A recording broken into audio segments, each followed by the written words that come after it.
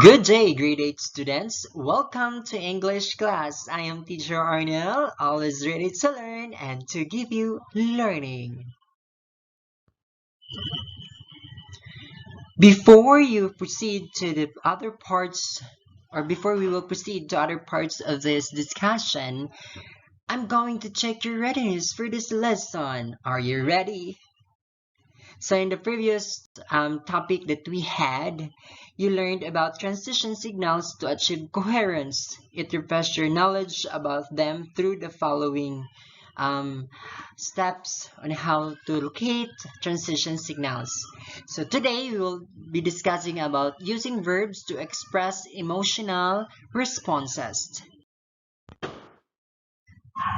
Okay, before we will go beyond further with our discussion today, I'm gonna read you a conversation between Noel and his nanay. So this part of module will teach you different verbs that you can use to communicate your emotions or opinions to certain issues. So I'm going to read the dialogue between Noel and nanay. Just notice the underlined words. Nanay, I want to go outside. I already miss playing with my friends. Unfortunately, with this pandemic, I think you better stay home. I am afraid that you will get sick. Besides that, we're still under enhanced community quarantine. Why are we under ECQ, Nanay? During ECQ, the government must control the people's movement in public to stop the spread of the virus. That's why it is important for us to stay at home. But Nanay, can you just give me 30 minutes to play outside? No, Noel, I strongly disagree. You should follow what I tell you. So, what should I do now? I suggest you just play with your brother and sister, Jose and Nani, or just could join me pray for your tatay's safety since he is a frontliner. Okay, Nanay, I will join you pray for tatay. I am glad to do that for him.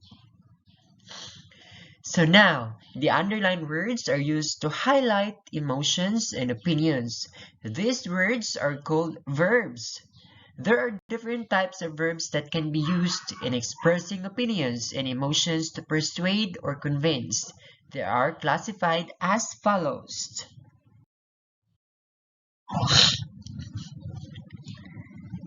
So the first type of verb is the linking verb. The table below shows its function and example. So the linking verb, its function is links or connects the subject to its predicate. The predicate states or tells information about the subject, which could be an emotion or a description.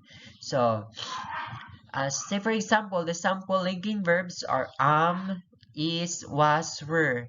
Appreciate, believe, feel, know, love, seem, think, deny, doubt, dislike, disagree, and want, and so on and so forth.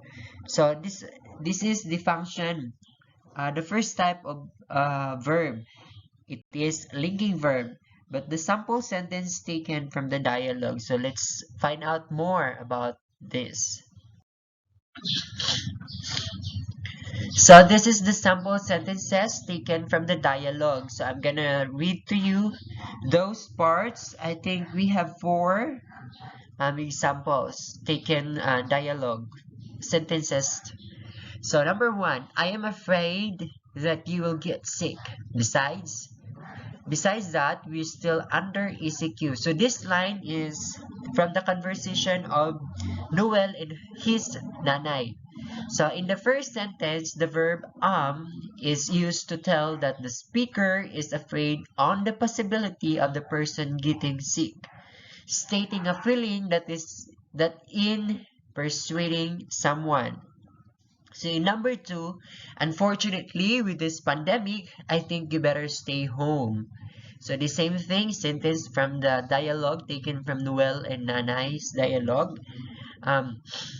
So the verb think is used to state the strong belief of the speaker towards an existing fact. Stating a belief with a strong point is a way in convincing someone. So we have number 3. No, Noel, I strongly disagree. You should follow what I tell you. So there is a um, strict protocols from his nanay that Noel should not to go outside because of the spread or the existing virus that still very dangerous to every person nowadays. So the verb disagree states the stand of the speaker. Emphasizing a stand is a good way in influencing someone to agree with your ideas. So number 4, Nanay, I want to go outside. There is a strong want or desires to go outside. No, I already missed playing with my friends. So everybody missed playing with someone outside. No, just to just to embrace a good a good environment. But now it's so dangerous. So the verb what state the desire of the speaker to go outside, expressing a desire. So as what I've told you, there is a desire of Noel to go outside to play with his friends. So it's a way to tell someone what you would like to happen. So now let's also talk about modals. So what is modal?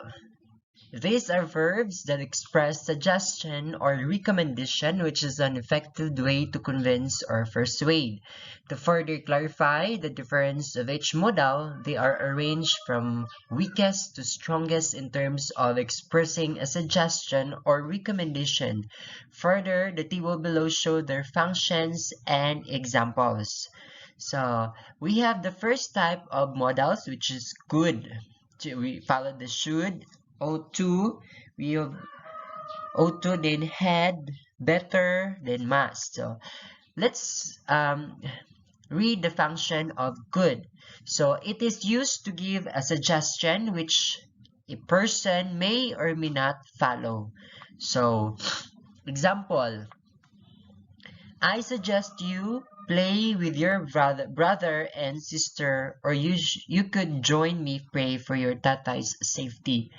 So the modal could is used to give a suggestion that the person could join the speaker in praying. So it's either with Noel if he may or may not follow what his mother want him to do, praying.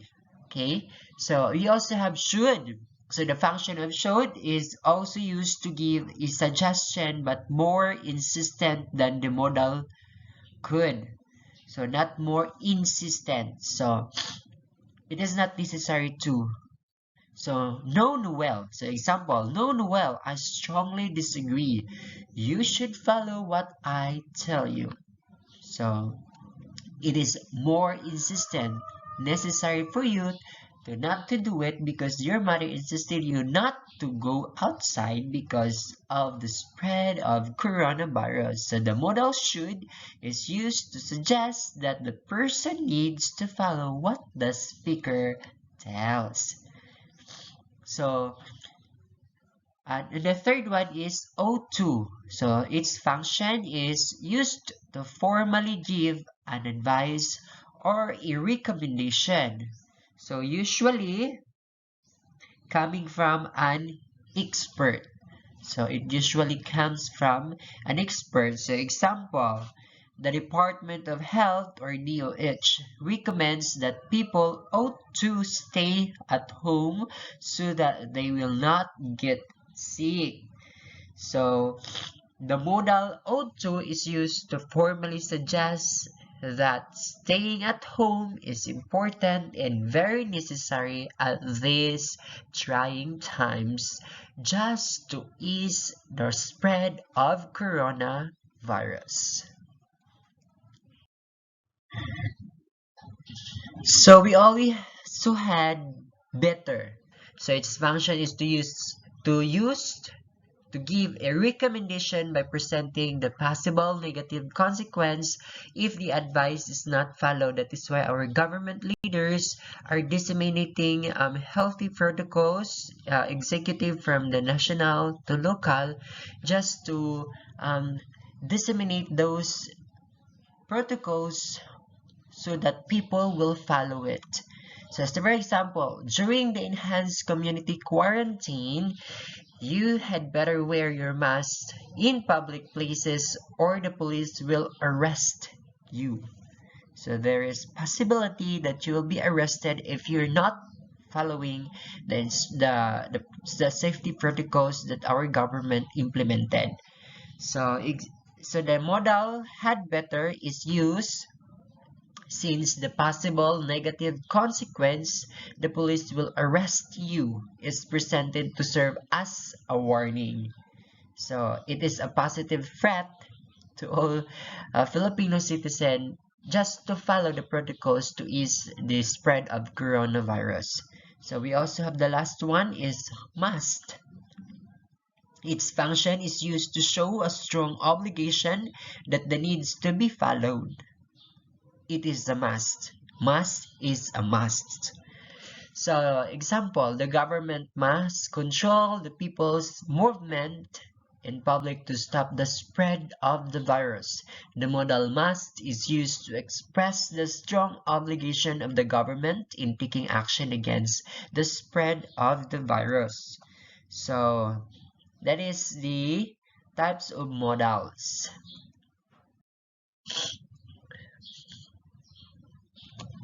So you've heard about types of verbs, which is the modal verbs. So now let's try your comprehension, your learning, your knowledge about the modals. So with your pen and paper, just answer the following by arranging the letters below to form the verb that fits each sentence. So number 1, technology helps connect people. Blank, we must use it responsibly. The hint can be seen below. If you answer, however, then you are correct. Number 2, staying at home prevents us from getting and spreading the virus. Blank, it gives us more quality time with our family. The hint can be seen below. If you answer also, you are correct.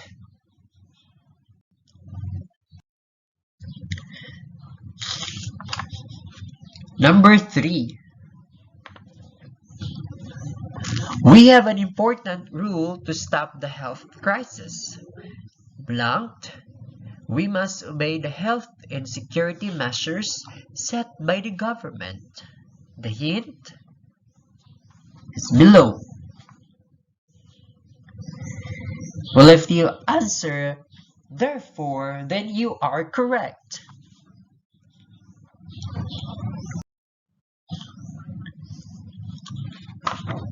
Number 4, we must eat nutritious food and do exercise.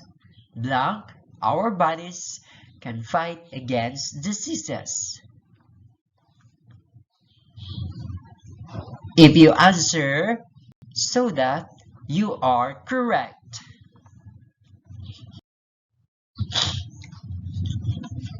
Number 5, young people could make use of their time by doing activities while staying indoors.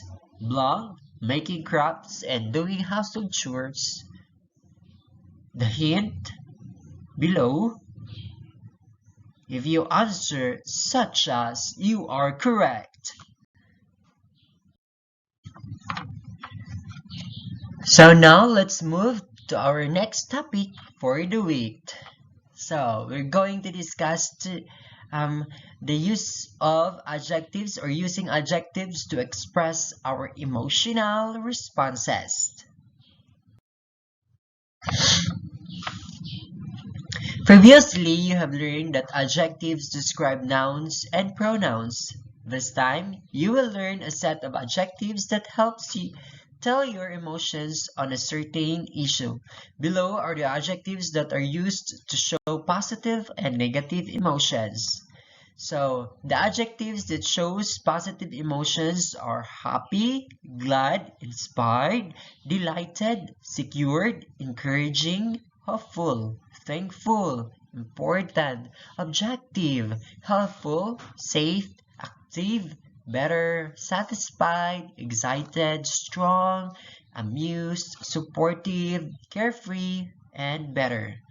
While the adjectives that showing negative emotions is sad, discouraged, afraid, insulting, embarrassed, regretful, insignificant, resentful, unsupportive, desperate, unsure, helpless, dangerous, dissatisfied, scared, harsh, boring, weak, discouraging, anxious, and worst. Now, take a look at how these adjectives are used in sentences to convey emotions. Number 1. As your friend, I will be delighted if you share your problems to me. In the sentence, the word delighted describes the positive feeling of the person about being able to listen to his or her friend's problems. Number 2. Some teenagers are regretful that they were not able to spend time with their friends before the enhanced community quarantine or ECQ. The word regretful emphasizes the teenagers' negative emotion on not being able to do with their friends before the ECQ.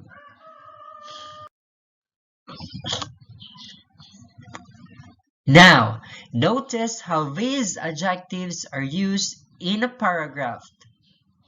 As Filipinos, we love to be with our family during dinner time to share our best or worst experiences of the day. However, this practice has been gradually disappearing because of technology. Young people would rather use social media to express themselves, for they are embarrassed to share their feelings to their parents. On the other hand, parents are somehow guilty of contributing to the distance felt by their children, for some of them are too busy with work, such as taking office calls during mealtime, checking emails, or surfing the internet. Because of these, there is lesser time for families to spend together. This must change. We must not let technology affect the time we spend with them. Doing this will create better and stronger relationships. So in the first sentence, the adjectives best and worst are used to describe the positive and negative circumstances that a person could experience in a day. In the third sentence, the word embarrassed is used to describe the feelings of young people towards sharing their thoughts to their parents. In the fourth sentence, the word guilty is used to describe the feeling of parents in being too busy at work even when at home. In the last sentence, the words better and stronger are used to motivate the reader to create a bond with their parents rather than spending time with technology. So that is our discussion about the adjectives, about using adjectives to express our emotional responses. Now with your pen and paper, arrange the following letters below to form the verb that fits each sentence. Number 1. Young people blank share their problems to their parents. If you answer, the hint is below. Well, if you answer could, you are correct. Number 2. Family members blank always inspired with one another. The hint is. If you answer are, then you are correct. Number 3. You blank seek advice from a guidance counselor if you are anxious. If you answer should, then you are correct. Number 4. Children blank eat more vegetables and fruits if they don't want to get sick.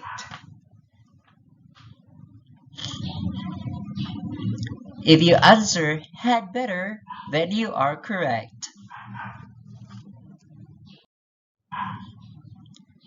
And lastly, number 5. We blanked. Be thankful for waking up each day. Your hint. If you answer must, then you are correct.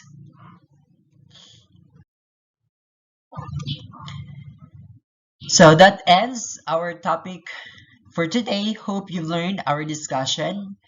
So thank you very much for tuning in with me. Once again, this is Teacher Arnel. We're learning in English is limitless. Thank you and goodbye.